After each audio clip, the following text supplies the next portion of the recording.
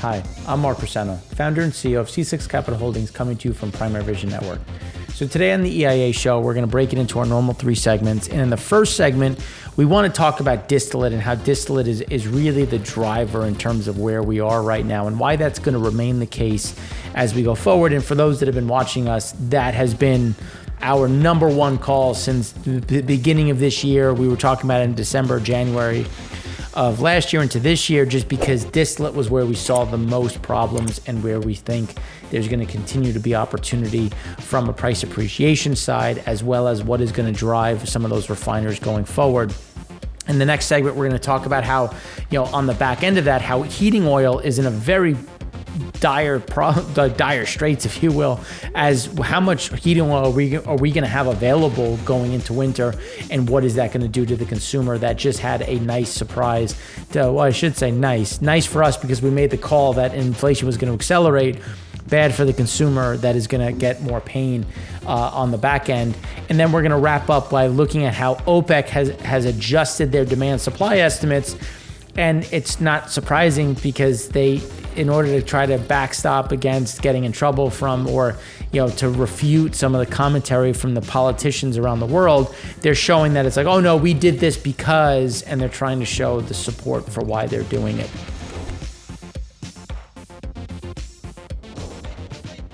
So with that being said, we're going to jump right into what is happening in Europe. So this is looking at Northern Druzhba and Southern, and we want to look at who is dependent on Russian crude, because Hungary has been trying to sign deals with Russia to get not only natural gas but also oil, and it just shows how beholden a lot of the market is, especially Germany, when it comes to accessing Russian crude. And how is that going to be replaced? And this is, again, the reason why we talk about this is because these are the caveats that come into the ratification on the Russian price cap. How does it work? Who comes in? Because Hungary has been very adamant that they are not willing to impact themselves on an economic basis any further, given their need for this product. So could Russia peel off some of this and sell it all through Southern and then just to go into Hungary? What does that do to the price cap? Because under the EU rules, all 27 nations have to ratify it. So do they try to carve something out specific for Hungary? But then that's going to create even more problems for Germany, which, I mean, as we showed in the Econ show yesterday on the European side, they're just getting absolutely crushed on all fronts when you look at cost, energy cost, pricing in general, and that's going to create a lot of these issues. Now, 2 places that we talk about the Mediterranean issues regarding Turkey and Libya. One of them was August 15th of 2020, where it's a special report looking at Turkey, Greece, Israel, and the UAE. And then another on October 29th of 2020, where we talk about something similar. And the reason why we want to bring it up, and I'll put these in the comment section, is because Libya and Turkey created an agreement to start looking for oil and natural gas in a common ground between in the Mediterranean, where we do know there are some form of hydrocarbons in that area. The problem is it cuts right through the Greece EEZ. So the question is, okay, well, who did Turkey ratify this with? Which government supports it, doesn't support it? And there's a lot of standoffs, right now, between the 2 political parties, and as who will get the most impact going forward. And because this segment, this EIA show is already going to run a bit long because of OPEC, we're going to talk a bit more detail in the FSC show, where we'll have a little bit more time to do it, to go in depth. But ahead of that, I do recommend watching those other 2 shows so you can get yourself up to speed, and then we will bring us, kind of round out in terms of how this is going to go, because there is the hydrocarbons there. It's always going to come down to who owns it, who controls it, because some of it even cuts off Egypt, and Egypt is going to say, look, guys, like, you want to discover, you want to explore, produce, that's fine, but I'm going to get a percentage. So it's going to be interesting to see how that dynamic continues to play out. given that Erdogan in Turkey has been supportive of the Muslim Brotherhood, which has been a point of severe contention between Egypt and Turkey. So now when we look at the distillate side, and it's important to look at the profit margins as they continue to soar, just crush higher. I mean, they're over $80. So clearly there's still a lot of reasons to make distillate. There's a ton of economic reasons. It's going to come down to, which is why a lot of those crudes are going to price at premiums, because they're going to try to get the most distillate heavy production. And then on the other side, it's also helped by Canadian heavy crude discount has widened again, expanding to a record 25 barrels at Cushing from 21.75 on Tuesday, and 23 barrels at the Gulf Coast from 20.50 on Tuesday.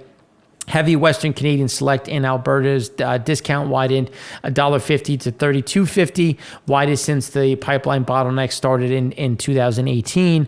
So, but then when you start also then looking at the Gulf Coast, well, when you look at there's a big discount between Gulf and Hardy Disti, which happens as 3.5% sulfur fuel oil in the Gulf of fell to $55.63, more than a $31 discount to WTI, because when you think about sulfur, high sulfur fuel oil, Russia's dumping this product into the market, specifically into Asia, which is displacing a lot of this fuel oil, and it's being pulled into the Gulf of Mexico because it's a way to replace some of this, and it can be run through, because high sulfur fuel oil is similar to a degree to Canadian heavy crude, and at times you can replace the two or blend the two, and again, that's where you're seeing a lot of these issues. And then on the Keystone Pipeline side, there's been they will be increasing to test an increased flow through the current the pipeline, which is going to end up in Pad 2 and Cushing.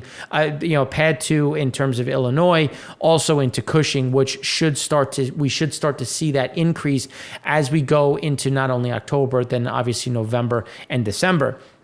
Now, the prices plunged. When you look at the different backdrops, it's important to appreciate where some of this, and the new export pipeline of Enbridge Line 3 that started operation last year had solved some of the problem, but instead today's growing price discount is related to a broader set of issues that Canada has less control over. Maintenance and emergency shutdowns of major U.S. refiners, including, obviously BP, Toledo, less Canadian crude being processed, and you're seeing that bottleneck with the disruptions at the Mississippi. So again, a lot of this is creating those discounts and is going to put more of that crude into storage. And with that being considered, when you look at crude and how those flows are, a lot of it normally goes from the Middle East into the Asian markets. And you're seeing here that, again, a lot of that is shifting, but there's still a decent amount that's moving through. But you also want to look at the Dubai swap. So the backwardation in prompt Dubai swaps narrowed to $1.90, the smallest since August 31st, which compares to 250 on Wednesday, 285 at the start of the month. And as the wider backwardation in Dubai narrows, as it widens, wider backwardation in Dubai typically indicates tightness in supply and improved demand. But as you start to see that narrow, that's where you start to see some of this, a bit of overhang.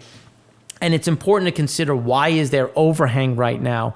And one of the key pieces is, again, China just isn't the same buyer as it has been, as they've been absorbing more from Russia. So then you look at the Middle East, and we're moving back to all-time, the highs of 2022, seasonally adjusted speaking, the highest since 2016 on floating storage. And again, you're just not getting that sale. So when you consider the cut on the supply side, well, it's like, all right, why are you cutting? And then you start looking at that storage, you start looking at pricing, and that's where you're seeing this back and forth in terms of where the pricing is going to go. So some of the physical getting a little bit softer, but when you look at what OPEC has done in terms of cutting, that has provided some of that narrative and that support, especially as we now are getting more and more political unknowns when you're considering NOPEC coming back, the pressure on OPEC to try to raise production.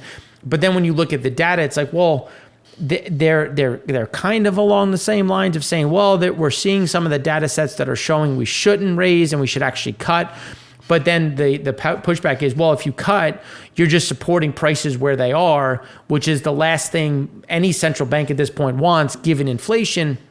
But again, they're doing things that, as they've said, they want to keep pricing here, and that is what they're going to continue to do. So again, we still see a lot of support on the paper side as the physical market starts to break up a bit. But then in segment 3, we're going to look at where some of that disconnect is happening on the Brent side, because we're seeing some overhangs in the Middle East, a little bit of tightening in West Africa, and a bit of tightening in Europe, and it's all going to come down to flows and what kind of refined product comes out of that.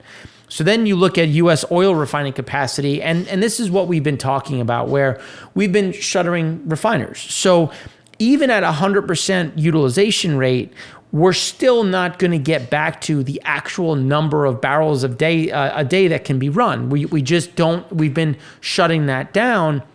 So even if we're outpacing, historically speaking, against refining run rates, you're still not going to get the same throughput because of that slowdown and those shutterings.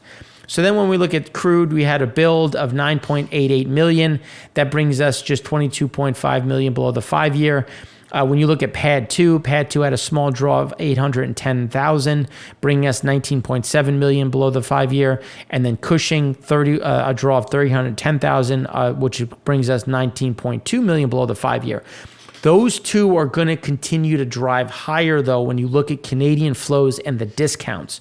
So that's going to be an interesting one to watch as we start to see some of this additional Canadian crude get pushed into the market through Keystone, and the spreads open up to such a way that it's going to promote additional imports. Then when you look at Pad 3 had a big build of 8.28 million barrels. That's now 17.3 million above the 5-year average, and it's now the second highest it's ever been in Pad 3. And a lot of this is some of that timing delay in terms of exports. Some of this is just that additional production coming in and sitting at the coast, with Pad 5 up 1.9 million, right in line with the 5-year. The SPR, when you factor in the SPR draw, there was a build of 2.19 million and not the full 9.88, which is, again, just giving an idea of kind of where we sit in total.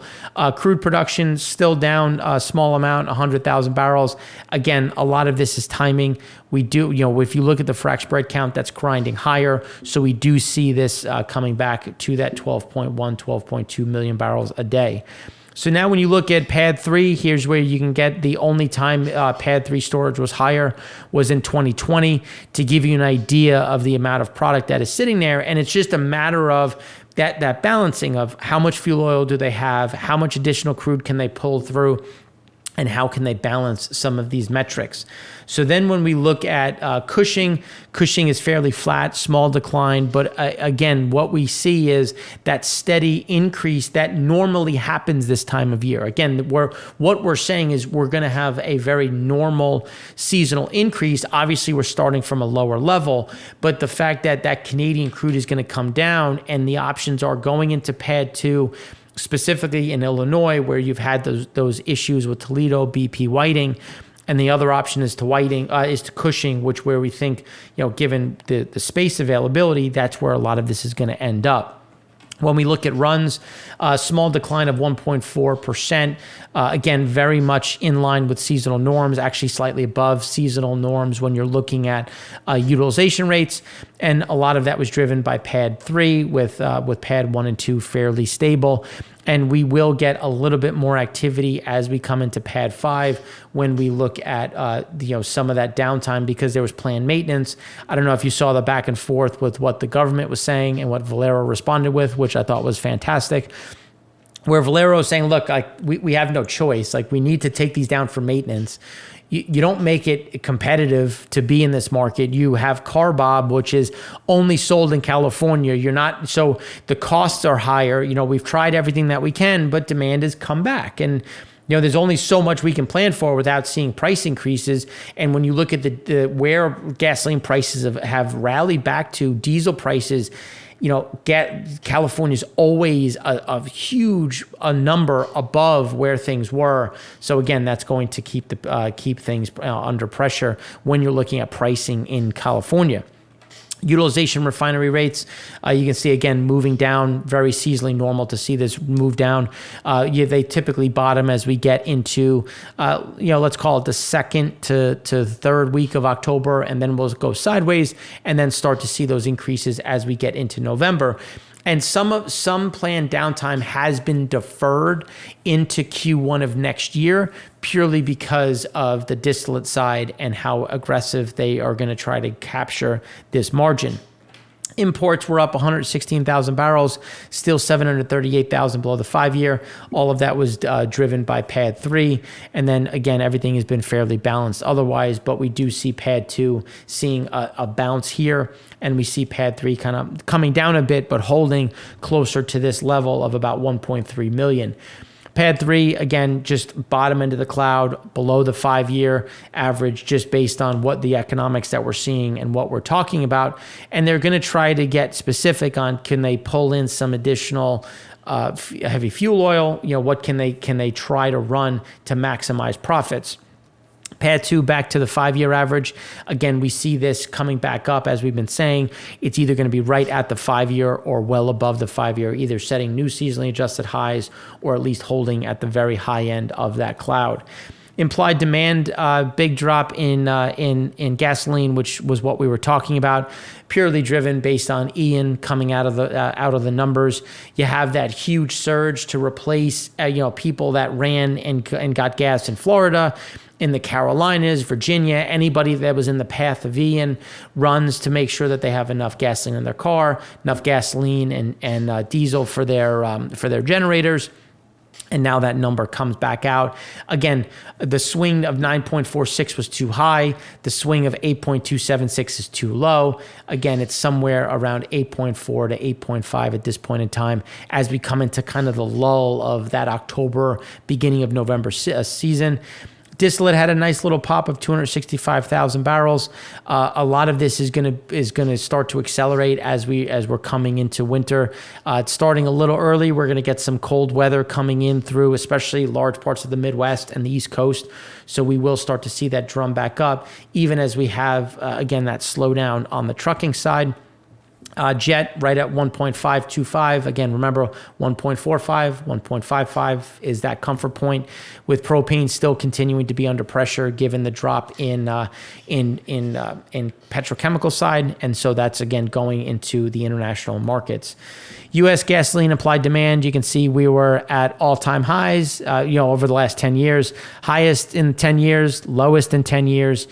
Again, take something in the middle. And that's where we continue to look at that 4-week rolling average, which is what we kick off segment 2 with all the time, because it's important to see that blend, because there's a lot of noise driven by weather and the hurricanes in this juncture.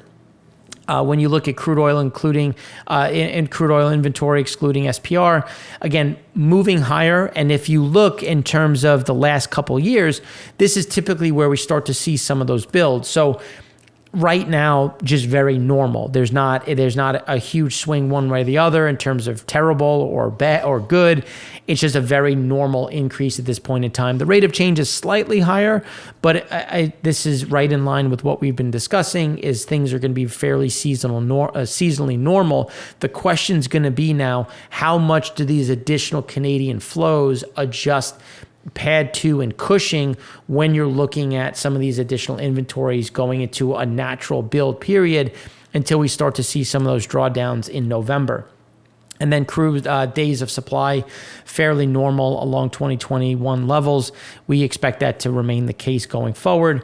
And then when you look at product in storage, in terms of product and oil, fairly flat. Again, we think that it's going to trend a little bit closer to the 2021 time, but distillate is keeping us again on the edge of our seats in terms of how much distillate are we going to have going into winter, where gasoline is going to continue to build, but the gasoline is going to continue to build as distillate continues to come into a very bullish spot, with gasoline right around the 29-year average, and you're starting to see that bounce. And again, as they continue to try to send more and more distillate into the market, 1 barrel of diesel equals 2 barrels of gasoline. And as activity remains, sluggish, versus historics, let's call it 8-10% below normal, It'll result in more gasoline. And here's why, because distillate is now officially at the lowest it's ever been over the last 29 years. And this is on a countrywide basis, not just in PADD 1.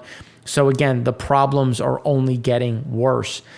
Jet fuel, again, kerosene can be distillate can be kerosene in terms of the jet movement. So they're going to try to manage how much goes into jet, how much goes into distillate, especially given where the economics are. And then when you look at the front month, it's continued to pull higher. You know, and you've seen some steepness in the curve pick back up. You know, realistically, we think the front month's kind of here. You know, we don't see too much movement, but we do see additional opportunity that remains in the belly of that curve. As when you look at floating storage has been drawn down to 0 in the U.S. Again, that is a timing delay. Some of that came in through imports. Some of that is just coming back into the market. So again, the timing delay will really kind of fix itself, if you will, but that'll be something that we're going to talk about and look at as we continue over the next few weeks. So that's what we have for you on that kind of broader spectrum view. And now in the next segment, we're going to go deeper into what is happening in the U.S. and how are those impacts, how is that being impacted going forward based on now that weather's out, where do we go from here?